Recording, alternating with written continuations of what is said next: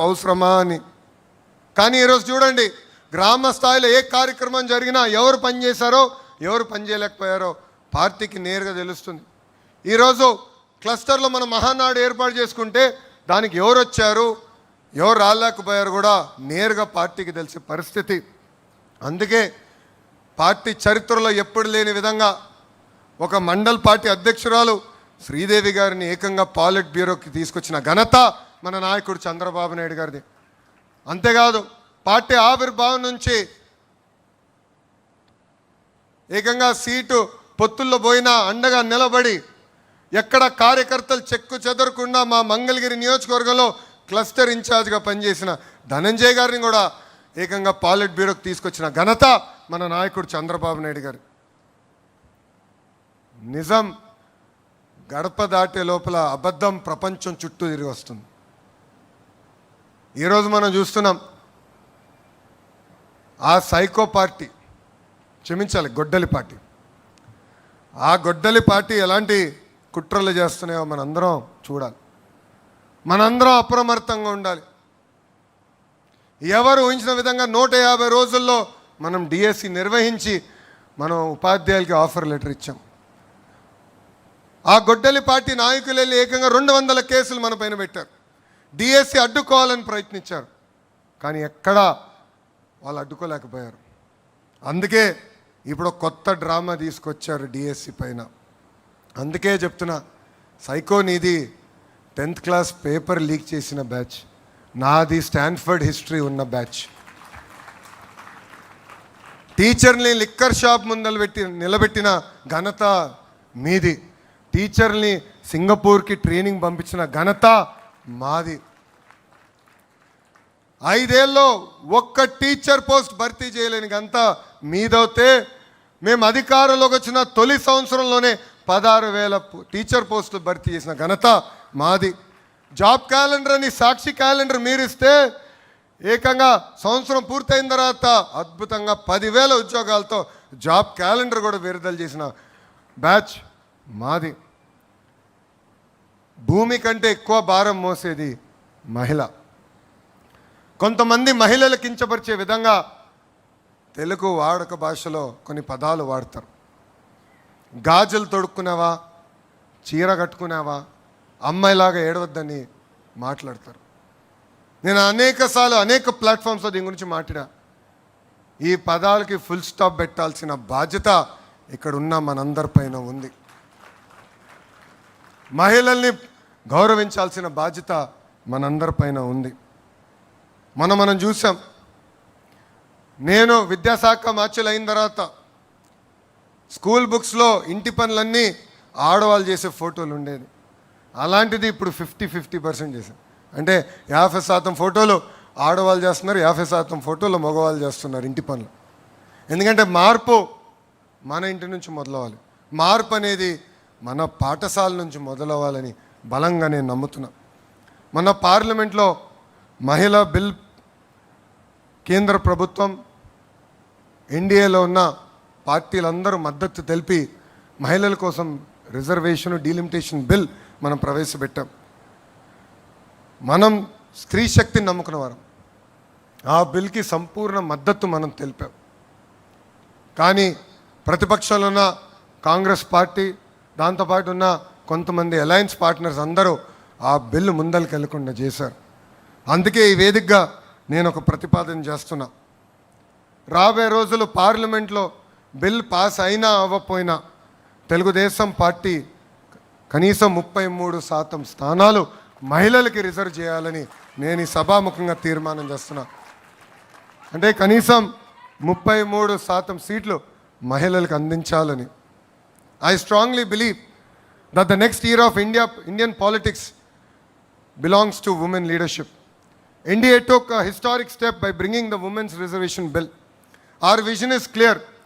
Women must not remain beneficiaries alone. Women must become decision makers. Unfortunately, in the recent parliament session, opposition parties rejected this bill. Many parties talk about women empowerment during elections and forget about them after elections. But Telugu Desam Party, since our inception, always believed in the power of women. We've always supported their aspirations and dreams. We stood by them and we believe that they have greater role to play in Indian political discourse. Therefore, I propose that we leave from the front. Today, from this sacred Mahanadu stage, I propose that in the 2029 elections, Telugu Desam Party should allocate 33% seats to women, not as a slogan, but as a commitment to the future of India. We want more women lawmakers. We want more women leaders. We want more women policymakers. And future of Telugu Desam Party will be led shoulder to shoulder by our women. This is our resolve. This is our responsibility. This is our commitment. ఇక్కడ చాలామంది మగవాళ్ళందరూ నవ్వుతున్నారు. మొన్న మీ అందరికీ భోజనం పెట్టాను. ఎందుకు పెట్టాను ఇప్పుడు అర్థం ఉంటుంది అందరికీ. మనం ఇక్కడి నుంచి గేరు మార్చాలి. 2 సంవత్సరాల హనీమూన్ పీరియడ్ అయింది. ప్రజల ఆశతో మనందరినీ గెలిపించారు. ఒక అద్భుతమైన పరిపాలన అందించాలని మనం గెలిపించారు. ఈరోజు ఎప్పుడు లేని విధంగా సుపరిపాలన మనం అందిస్తున్నాం. లా అండ్ ఆర్డర్ ప్రాబ్లమ్స్ లేకుండా మనం చూస్తున్నాం. ప్రతిపక్ష పార్టీకి చెందిన నాయకులు ధర్నా చేయాలంటే శాంతియుతంగా మీరు ధర్నాలు చేయొచ్చని కూడా వాళ్ళందరికీ పర్మిషన్ ఇస్తున్నాం. ఎక్కడ వాళ్ళని అడ్డుకోలేదు, ఎక్కడ వాళ్ళ గేటుకి మనం తాళగట్టట్లేదు. సుపరిపాలన అనేది మన ప్రభుత్వం ట్రేడ్ మార్క్. మనం ప్రతి ఎన్నికల్లో సైన్యంగా పనిచేయాలి. చిన్న ఎన్నికలైనా పెద్ద ఎన్నికలైనా మనం ఒకటే గుర్తుపెట్టుకోవాలి, ఇది మా తెలుగుదేశం, నా తెలుగుదేశం, నా బాధ్యత అని ప్రతి కార్యకర్త ఒక నినాదంతో వెళ్ళాలి. మనం ఒక పెద్ద కుటుంబం, చిన్న చిన్న సమస్యలు ఉండొచ్చు, 4 గోడల మధ్యన కూర్చుని మన సమస్యలు మనం పరిష్కరించుకోవాలి. నేను ఇప్పుడే చెప్పా, నమ్ముకున్న సిద్ధాంతం కోసం నేను కూడా పార్టీలో పోరాడా, ఇప్పుడు పోరాడుతూనే ఉన్నా. కానీ ఏనాడు బయటకు వచ్చి మాట్లాడు, నిర్ణయం తీసుకున్నది ఒకటే ఉంటుంది నా దగ్గర, జై తెలుగుదేశం, జై చంద్రబాబు అని. ఈ నినాదానికి ప్రతి కార్యకర్త కట్టుబడి ఉండాలని నేను కోరుతున్నా. గౌరవ అధ్యక్షులు ఇప్పుడే చెప్పినట్లు అహంకారం వీడాలి. మనం చూసాం గతంలో 151 స్థానాలు 11 ఎట్లయిందని. ఇది మనందరం గమనించాల్సిన అవసరం ఉంది. ప్రజల దగ్గరికి వెళ్ళాలి, ప్రజలతో మమ్మక్యం అవ్వాలి, వాళ్ళ సమస్యలు పరిష్కరించే దిశగా మనందరం కష్టపడాలని ఇక్కడ వేదిక మీద ఉన్న పెద్దలకి, వేదిక మీద ఉన్న నాయకులకి, రాష్ట్ర వ్యాప్తంగా ఉన్న కార్యకర్తలందరికీ నేను పిలిపిస్తున్నా. ప్రభుత్వ కొనసాగింపు అనేది చాలా చాలా అవసరం. మనం చూస్తున్నాం, ఒక గుజరాత్, ఒక ఒరిస్సా లాంటి రాష్ట్రాలు ఈరోజు ఏ స్థాయికి వచ్చినాయో అందరూ ఒక్కసారి ఆలోచించాలి. 1983లో తెలుగుదేశం పార్టీని అన్న ఎన్టీఆర్ అధికారంలోకి తీసుకొచ్చారు. ఆయన పార్టీని 1982లో స్థాపించారు. ఈరోజు ఈ మీటింగ్ వచ్చే ముందల చాట్ జీపీటీలో కొట్టా, 1982లో హ్యూమన్ డెవలప్మెంట్ ఇండెక్స్ తలసరి ఆదాయంలో ఆంధ్ర, ఒరిస్సా రాష్ట్రం ఎలా ఉండేదని. దాంట్లో మీరు చూస్తే చాలా పారామీటర్స్లో ఆంధ్ర రాష్ట్రం, బీహార్ ఒకే రకంగా ఉంది. మన తలసరి ఆదాయం అప్పుడు కేవలం 10 నుంచి 15% ఎక్కువ ఉండేది.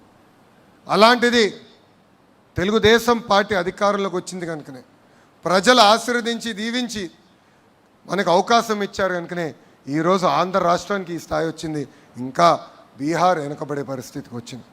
అదే కానీ ప్రభుత్వం కంటిన్యూస్గా తెలుగుదేశం పార్టీ వచ్చుంటే ఇంకా ఆంధ్ర రాష్ట్రం ఏ స్థాయికి వెళ్ళేదో ప్రజలందరూ ఒక్కసారి ఆలోచించారు. సో ప్రభుత్వ కొనసాగింపు అనేది చాలా చాలా అవసరం. కార్యకర్త దగ్గర నుంచి వేదిక మీద పాలిట్ బ్యూరో సభ్యుల వరకు అందరం కష్టపడాలి. ఈరోజు ఆంధ్ర రాష్ట్రంలో డబుల్ ఇంజిన్ బుల్లెట్ ట్రైన్ సర్కారు పనిచేస్తుంది. ఇతర రాష్ట్రాల్లో నమో అంటే నరేంద్ర మోడీ గారు, కానీ ఆంధ్ర రాష్ట్రంలో నమో అంటే నాయుడు గారు, మోడీ గారు జోడీ.